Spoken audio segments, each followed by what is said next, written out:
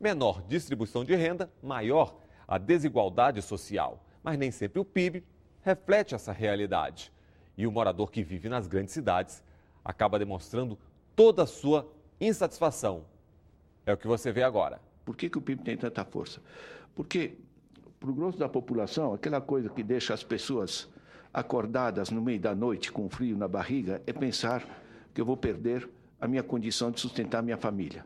Isso é profundo, isso é universal, né? Isso faz com que as pessoas digam, por exemplo, quando estava se tirando aqueles outdoors que estavam tapando completamente a cidade de São Paulo, né?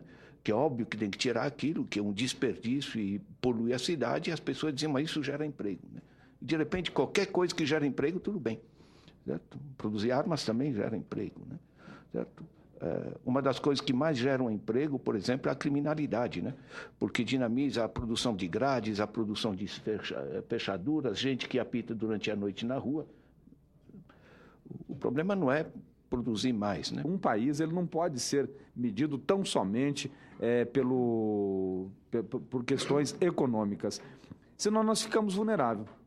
E aí qualquer problema que dá na Europa, nos Estados Unidos, na China, na Índia, em uma economia que possa impactar diretamente em outras economias, aí nós sofremos. Tanto o Banco Mundial quanto a ONU, e pela colaboração de pessoas como Amartya Sen e os que criaram o Índice de Desenvolvimento Humano, nós ali já temos algumas mensurações alternativas que estão sendo levadas em conta, tanto nos relatórios do PNUD quanto do Banco Mundial. Eu me refiro aos componentes do Índice de Desenvolvimento Humano, como a expectativa de vida, o grau de alfabetização, o grau de educação, a mortalidade infantil, são normalmente indicadores que vão junto com o PIB e o PIB per capita. Nós não podemos confundir renda e riqueza, né? Porque se a gente está calculando a renda, por exemplo, como professor, eu tenho minha renda com meu salário, com as conferências, dentro dos meus livros, coisa do gênero. Isso é a minha renda, certo? Agora, é diferente da riqueza acumulada minha, que é o dinheiro que eu tenho em banco, as minhas riquezas imobiliárias, a casa que eu tenho, coisa do gênero, né? O carro, etc. Isso é o meu estoque de riqueza acumulada. A distinção é importante porque o Gini, que é o instrumento que a gente tem para medir desigualdade, da riqueza é incomparavelmente mais injusto que o da renda, por uma razão bastante simples, né? As pessoas que têm uma renda muito elevada compram casas, compram ações, fazem aplicações financeiras que as enriquecem mais ainda, elas têm como aumentar o seu estoque, certo? Enquanto que as pessoas que têm baixa renda, elas usam a sua renda para comprar arroz, feijão, alpargata, o que seja, elas não acumulam. Então, por trás da desigualdade da renda, está se gerando uma desigualdade muito maior em termos de riqueza acumulada. A quem pertence às terras, aos edifícios, enfim, as aplicações financeiras, coisas do gênero, né? Então, nós estamos à procura, digamos, de um conjunto de medições que reflitam melhor a desigualdade, que distingam renda e riqueza acumulada e coisas do gênero, né? E Belo Horizonte elaborou o IQBU, Indicador de Qualidade de Vida Urbano, né, como indicador sintético. Não basta. Em particular porque faz a média, né? E na média você perde a situação real das pessoas, né? O exemplo que eu uso é que se eu como um frango inteiro e minha esposa fica olhando, na média nós tivemos uma excelente refeição, né? Coisa de economista. Apesar dessa incongruência que existe nessa média PIBiana, digamos assim, eu não vejo também caminho para se ter uma outra medida da riqueza. Eu imagino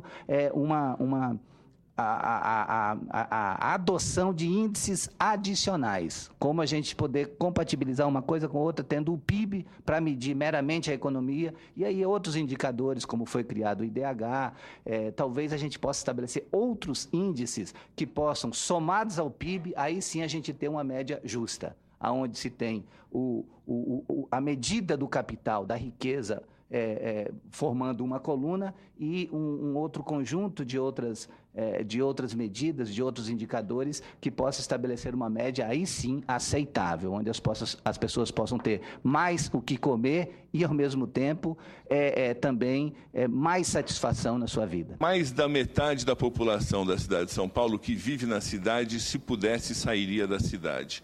Isso é um dado absolutamente impressionante, e aí a gente tem os dados desde 2009 até o ano passado, né? 56% da população, se pudesse, sairia da cidade. Isso é um alarme do quão mal se vive na cidade de São Paulo. Eu acho que para a gente criar um novo indicador na substituição do PIB e que isso pudesse ser expandido e veiculado para ser uma ideia que a toda a população pudesse ter, seria no sentido da gente, primeiro, pensar na construção deste indicador que fosse de uma forma participativa. Hoje em dia nós temos esses recursos tecnológicos que facilitam as pessoas poderem dizer isso, né? O quanto que tem uma qualidade de vida boa, quanto que tem um desenvolvimento na sua vida.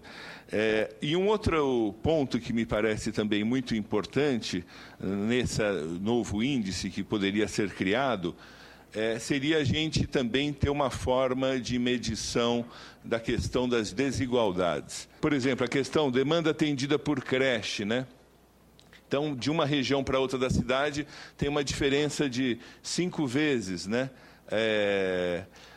E a gente tenta, dentro da Renovação São Paulo, fazer com que os candidatos a prefeito, eles se comprometam com zerar os zeros na cidade, né, em relação a isso. Então, porque tem muitos indicadores que a gente tem regiões na cidade que têm zero, absolutamente zero. Nós já temos um manancial de metodologia, de experimentos que já estão dando certo. Hoje, eu acho que o que se coloca no Brasil é a gente avançar para uma modernização das contas nacionais, como foi dito aqui. O PIB é representativo, sim, de prioridade do século XX, não é para o século XXI, a sociedade complexa que a gente vive. Portanto, o grande desafio é como articular diversos indicadores, né, que vão ter desde o acesso a um transporte público de qualidade, a educação de qualidade, não apenas o acesso a uma educação pública ou privada, mas uma educação de boa qualidade.